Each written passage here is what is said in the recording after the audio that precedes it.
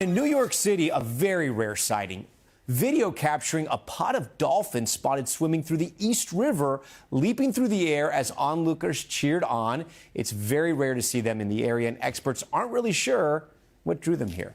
In New York City, Seeing this news story of dolphins in New York instantly reminded me of that video I made, my most recent video, where I spoke about this Florida man who was taken by dolphins, and they had him building this underwater city with the leader. His name is Gerald. Now, I'm sure there's no connection to be had here. It's just interesting to see. But it's just interesting how it's illegal to communicate with dolphins. And not just that, The Simpsons, that always gives us the truth in plain sight, also had an episode of intelligent dolphins taking over. Narky, talk, man. I'm sorry, let me start over.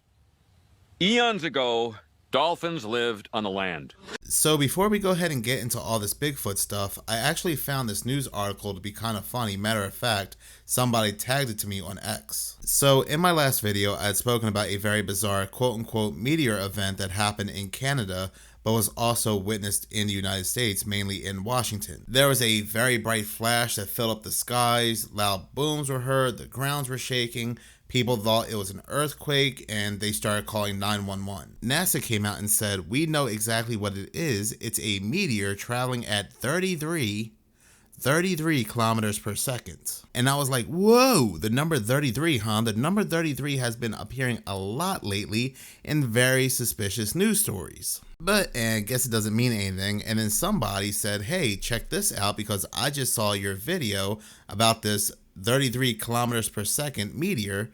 And this was published by Science News on March 11th, 2026. A massive asteroid hit the North Sea and triggered a 330-foot tsunami. This article was about how scientists for a long time have been debating how the Silver Pit crater had formed, and now they're saying that an asteroid had struck about 43 to 46 million years ago. I'm surprised it wasn't 33 million years ago, and again caused a plume that was 330 feet high, forming this crater. But the numerology doesn't stop there, because the article goes on to say around 200 confirmed impact craters exist on land, and only about 33 have been identified beneath the ocean. There was really no reason to add the 33 craters in the ocean part. Again, it's just so obvious it's their calling card, because in total, whether it's in the ocean or on land, there is said to be 200 craters on Earth in total. So when we see the numerologies here, it's obvious there's lies and trickery here, but it also makes you think of the Book of Enoch, the 200 Watchers, which are the 200 fallen angels. But it gets even more interesting when you think of locations like Astana, Kazakhstan, which is pretty much filled with Freemason architecture, but their main building for all these leaders to gather sits exactly 200 people. And it gets even more interesting finding out that one of the founding members of Trump's Board of Peace is a Satan or Astana, Kazakhstan. This video comes from a channel I really like a lot called The Trumpet Greg. And they are a founding member of the Board of Peace that was launched by President Trump. That's where the Palace of Peace is, and the boardroom at the top holds 200 people. It literally says 200 people for religious meetings right there. 200 fallen angels descended onto Mount Hermon.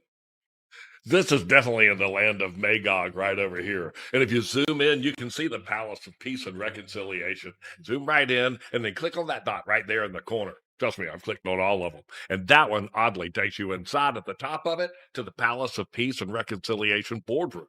And you can zoom out and you can see how it comes to a point and it's got the birds all in it flying, the peace doves, and then there's a hole in the middle that goes all the way to the bottom of the pyramid. If you click on that little arrow, it goes right there, and that's the bottom of the board table right there. And if you want to see the four horses of the apocalypse, go down to the opera house right there, and then zoom out, and then click on the little man, and then click on that button right there by that parked car. Boop, that one right there. And then you can look at the top of the roof right there, and the four horses of the apocalypse are right there.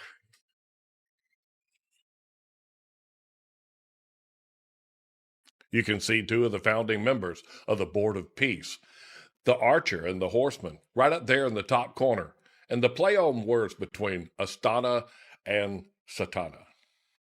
Just one of the founding members offering this place up, saying, totally can meet here. It's all good. So that just happened January of this year.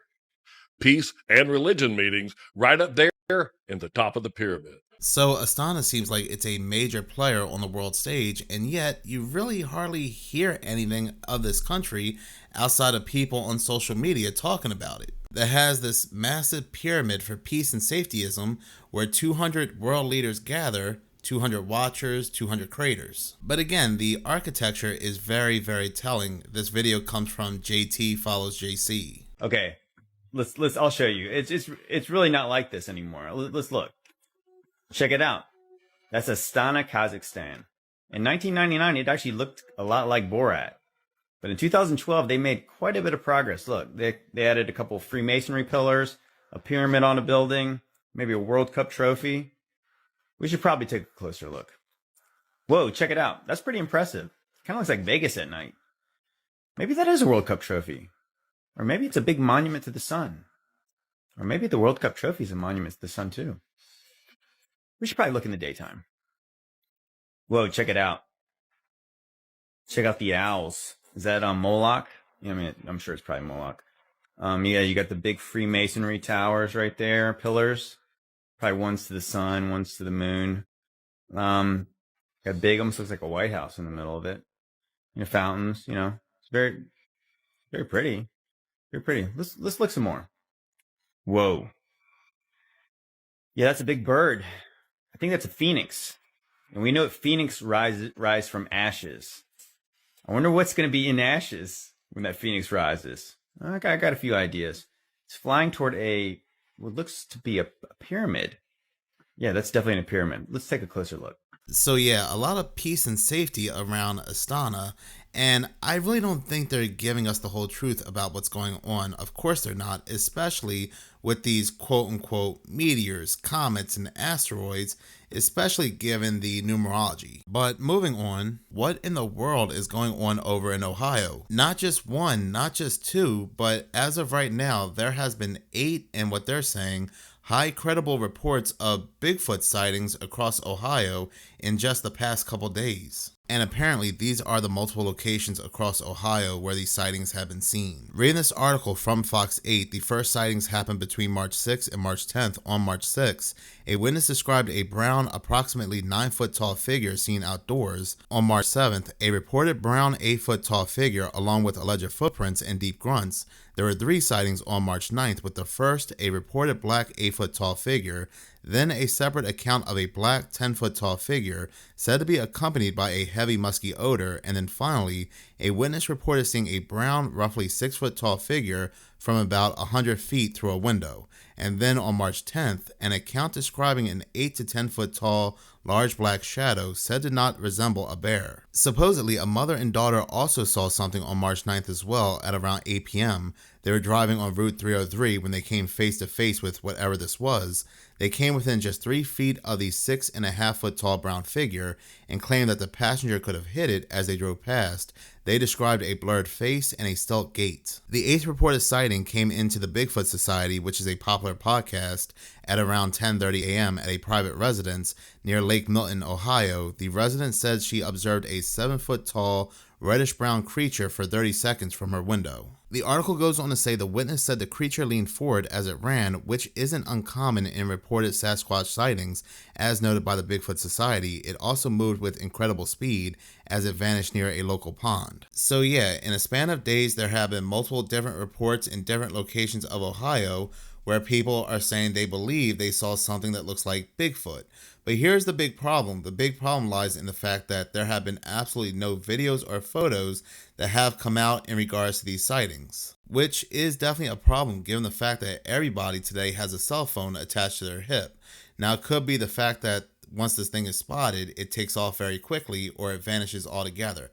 I don't know how Bigfoot works, but they have been described to be very fast to the point that some believe they're supernatural. And let's be honest, in 95% of these cases, even if video footage did come out, it would just be called AI. Now, while there's no photos or videos of these Bigfoot in Ohio, I did see this video from the paranormal chick where somebody in Arizona, not Ohio, captured something that sounded like a very loud scream, and they believe that this could have been the scream of a Bigfoot. And again, this is around the same time of these sightings.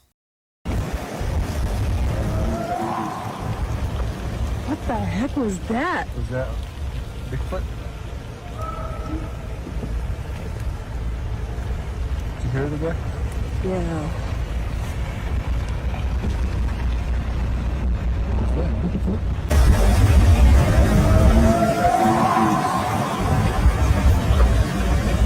What the heck was that? Was that Bigfoot? Now, personally, I do believe Bigfoot and other cryptids are indeed real. I don't know what's going on with these sightings over in Ohio. I do find the lack of photo and videos to be a little fishy, but also I do find the timing of these sightings in connection to this news story right here that was reported by multiple different news agencies a little curious. This one about a resurfaced 3,300-year-old Egyptian document that hinted at biblical giants being real. And this was published back on February 1st. There was an ancient document believed to be from the 13th century that was held by this British museum ever since the 1800s, and it describes the Shozu people who were supposedly 8 foot tall, and they scared the Israelites. The scroll, which researchers believe to be a letter written by a scribe, says the narrow defile is infested with Shozu, concealed beneath the bushes. Some of them are of 4 cubits or of 5 cubits, from head to foot. Fierce of face, their heart is not mild, and they hearken not to coaxing.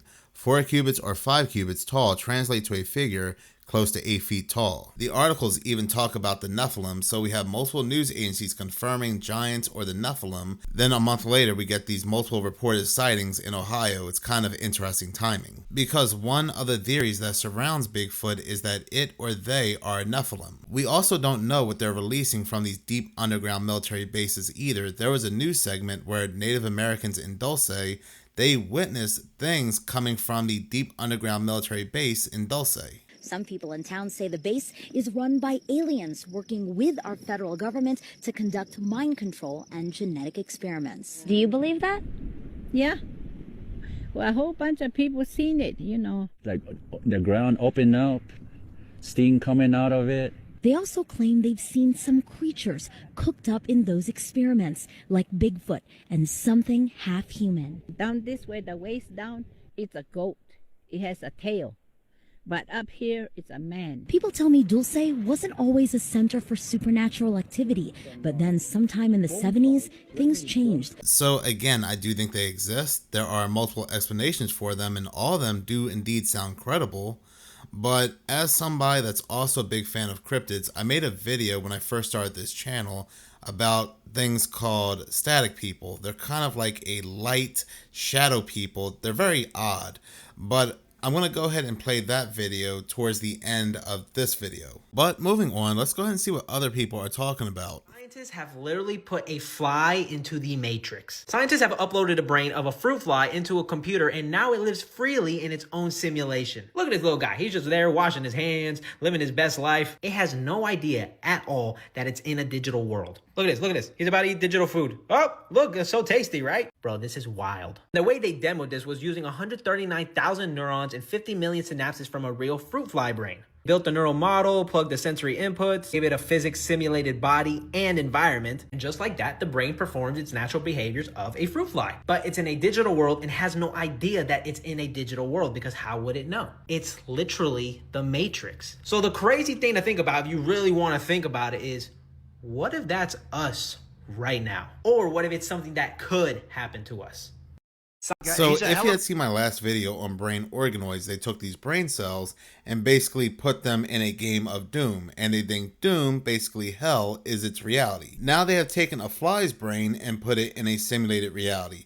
It seems like these people are trying to find ways to see if they can live forever and upload their consciousness to the cloud, and these are the test experiments. What are they trying to tell us here? This was Illenium's concert at the Sphere, and once again, they show the firmament cracking. Actually, if you want an unpopular opinion, this concert reminded me of the Zac Brown Band concert, except for the aesthetics were just a little bit different. And what's with the portals? They had portals at the Zach Brown Band concert where it entered his one eye and then all the neurons in his brain created portals. And then the Backstreet Boys had portals and they were being projected by CERN. What's with the portals? I have also been noticing where these Hollywood celebrities have been pushing this fallen angel theme where there's a light side and the dark side, where some of them are like trapped in somewhere between heaven and hell. In fact, if any of you listen to the song Jericho and actually listen to the lyrics of it, it'll tell you the story of the fallen angels. And with all the redemption themes going on in Hollywood these days, it kind of makes you wonder, do the fallen angels want redemption? A lot of Millennium's imagery was demonic, to be honest with you. Some of the symbolism I saw in the background kind of reminded me of the 2026 Olympics. But I'm more focused on themes here. And like I said earlier, it kind of seems like the fallen angel redemption, halfway to heaven, halfway to hell agenda is being pushed right now. And I kept wondering, why is Hollywood pushing this redemption theme? Why are they pushing fallen angels? Why are they pushing heaven and hell? And then I saw this interview, and I want to see if you guys can connect the dots with me. Let me know what you think. When are you going to start filming? I'm hoping next year sometime. I'll just tell you this, it's an acid trip. When we wrote it, it is like, I've never read anything like it. There's some crazy stuff. You have to start with the fall of the angels, right? Yeah. Which is you're in another place. You're in another realm. You know, you need to go to hell. You need to go to Sheol. So you're going to have hell? You're going to have Satan, all that? Whoa. Sure, you got to have, yeah. Right. You got to have his origin. So this individual's video, A Truth for You, really stood out to me for a couple of reasons. For one, there is, and I've been talking about this since 2024, a lot of portal imagery lately. Matter of fact, when you look at Steven Spielberg's latest movie, Disclosure Day, about aliens, and they have the one-eyed symbolism, it looks like a mix of Saturn and the portal that she has shown in her video. And two, there is also a lot of fallen angel imagery as well, including the Nephilim. I had spoken about how during the 2026 Winter Olympics, they had shown a male angel and a human female trapped in a box. So there definitely is a lot of interesting telling imagery, and it definitely feels like something is coming based on all this stuff that they are showing us. I'm not quite sure what I just witnessed right now, but it was more than one event, and I've got them all on camera. First, I noticed this dark spot in the moon. And I'm going to shorten these clips, but this one, not long after I saw this, I don't know what I'm looking at. There's nothing up there. There's not a mountain or anything for anyone to be on. I'm going to show a couple stills, and then wait till you see what happened afterwards. This is to show how high up it was. Then a couple minutes after, I noticed they came by spraying, and they made an X, or a cross. It almost looks like a cross on its side. Then a couple minutes later, they came through, sprayed even more. A couple minutes later, completely blocked it. I don't know. If you stuck around this long, tell me what you think.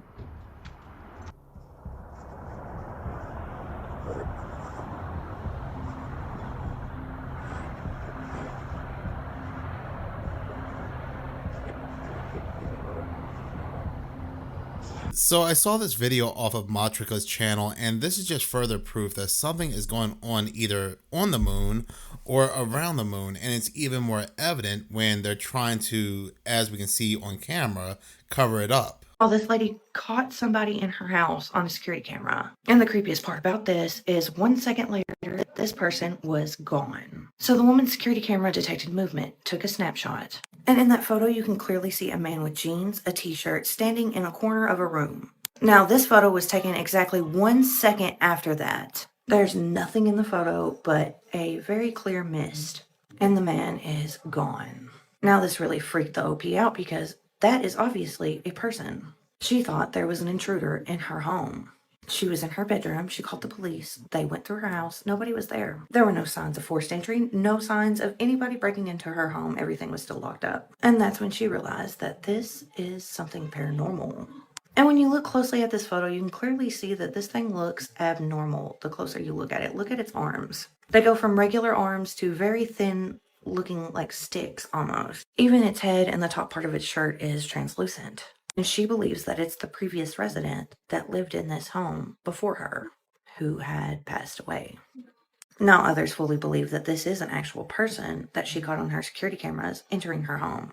But if it is, how did he move so quickly? And why were there no signs or evidence that a person had broke into her home? Let me know your thoughts on this one.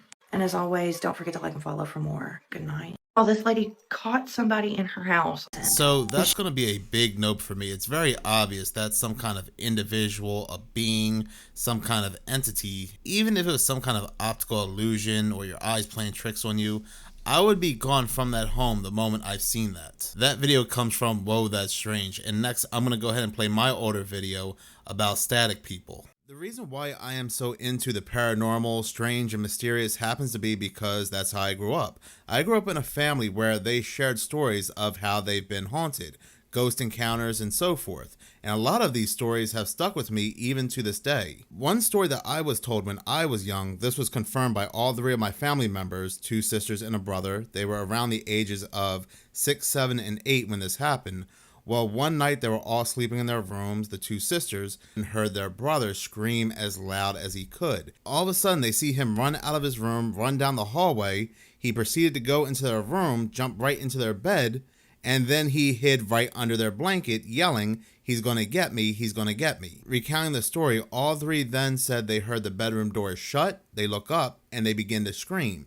Because standing right there in front of the closed door was this very tall thing. This thing was in the shape of a man. It had a head, shoulders, a torso, legs, but it was very, very tall. And not just that, it was made of complete static. Static that you would see on TV. As all 3 were huddled together, screaming and crying, staring at this thing, it then proceeded to walk towards their bed, but it had a very strange way of walking. The upper half of its body was very stiff, but the lower half looked as if it was marching. When it marched to the side of their bed, it knelt down, grabbed a hold of their mattress, and started to make a weird noise that all 3 said they can't replicate to this day.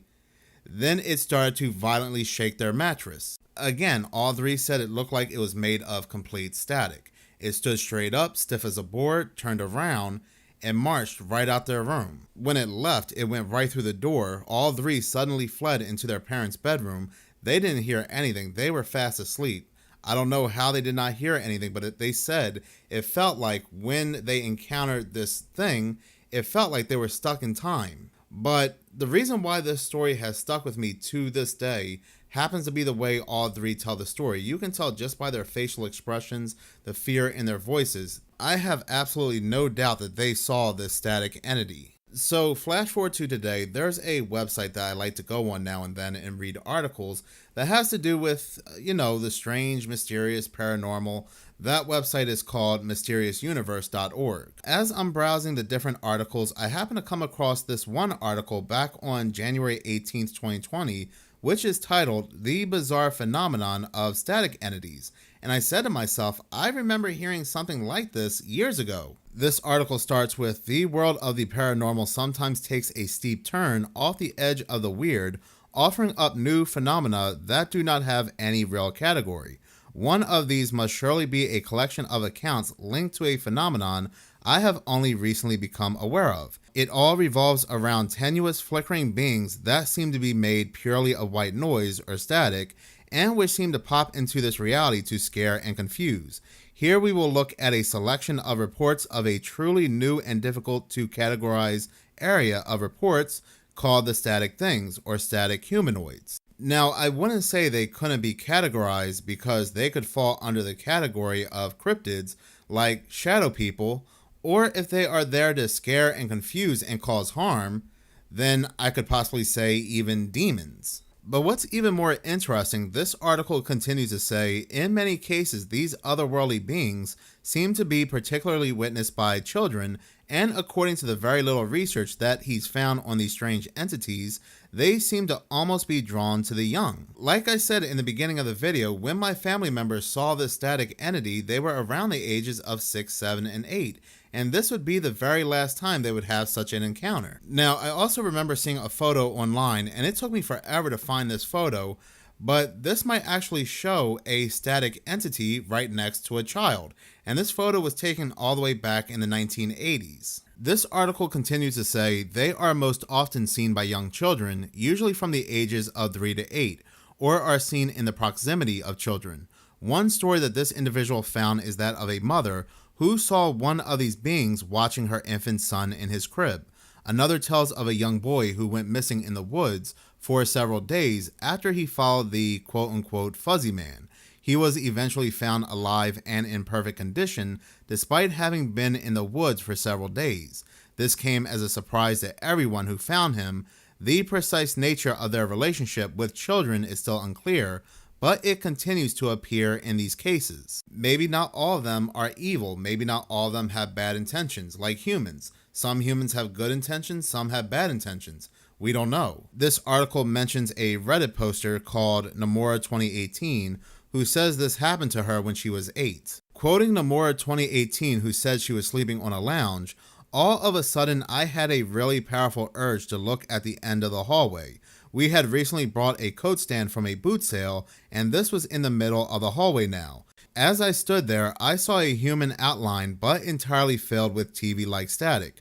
I remember little bits of yellow and blue in it, but was mainly white, and it came out the bedroom on the left, and was in a running stance, but it was really weird because it was in slow motion, and it ran from the left to the back door on the right. Like I said, these things have a very bizarre way of moving. But anyway, as it ran, it grabbed the coat stand and pulled it down with it, and it fell to the floor. I was just standing there after, in shock and so scared. I ran to my sister and told her what happened, and when we went back to the hallway, the stand was still on the floor. That was the only time I saw it. I don't know why I saw it or why it pulled the stand down. It was all just surreal. I did have some other experiences in that house that were paranormal, so maybe it was connected. This article mentions another story. A similar case comes from a poster called Joshy Bear, again happening in the confines of a home. In this case, the witness, who was a kid at the time, remembers getting up one evening to get a glass of water, after which he went into his parents' room. He doesn't recall why he went into the room, but feels as if he might have been drawn there by something, and that is when he had an odd encounter, he says. He was quoted as saying, "When I walked into their room, no door, I saw on the other side of their bed a huge humanoid shape that looked like it was made of static from a TV, except the white was purple and kind of like when you rub your eyes through your eyelids. I immediately just laid down and went to sleep right there and woke up there in the morning. Don't think I ever told anyone about it until years later. I was 3 or 4, so it's possible it was just my imagination went nuts, but it always stuck with me." Now, while these beings are mainly encountered by children, there are accounts by adults as well. For example, the article mentions an individual that's named Raxo5532. Raxo is quoted as saying, "I don't speak English very well, so I hope you can understand if I misspell. I try to tell you my experience with a static man, but first to enter in context, I am from Mexico, more specifically in a city called Cordoba in the state of Veracruz. I was living in a small house. In my room, I have a television. I have a television from the mid-90s which does not work. With that said, I will start with my experience. This happened to me 2 weeks ago while it was already dark. At approximately 12 or 1 in the morning, I was asleep when I woke up from a feeling of too much terror, feeling like someone is looking at me I see in my room, looking if something is in my room, when I started to see a human being made of static. I don't know if leaving my television or entering this. I believe he meant that it might have left his television. I feared to get out of my bed and go to the door of my room where I keep a weapon to defend myself in case of an intruder in my house. Meanwhile, I see this thing disappear in a very strange way, like it's made out of smoke. I go to my bed to try to analyze what happened and try to sleep, and this is all my experience with static creatures. But whatever they are, they definitely seem to gravitate more towards the young, more towards children. and there are many commonalities between all of these stories. This article mentions and finishes with an individual who has a very strong interest in these static entities. He has spoken to multiple people, gathered and collected multiple cases. He's quoted as saying, "They always manifest as humanoid. They may have exaggerated features such as elongated limbs or inhuman faces, but their overall form is always humanoid. What this signifies is still beyond me, but it is an element that always appears. They aren't malicious. I haven't yet come across a story of them attacking or harming anyone. They scare people very badly and can appear very menacing, but they don't appear to have any malicious intent. This points to another intriguing aspect that I am currently investigating. They are intelligent. I don't know what their intentions are. I don't know if they're good, bad, or in between. But from the story my family members have told, from other stories I have found online outside of this article, they definitely produce some kind of fear, terror, and dread. And those that encounter it, they say that they're in their own space and time with it. That those that do not encounter it, but they're in the same household, they are not awoken or hear the screams and shouts coming from the individuals that do encounter these static entities. But in any case, if you want to hear me talk about more of these obscure cryptids or other paranormal content, please do go ahead and subscribe. But in any case, thank you so much for watching. If you like this channel and you want to see more, please subscribe. If you're already subscribed, please like, as any engagement does help the channel grow. Once again, thank you so much for your support.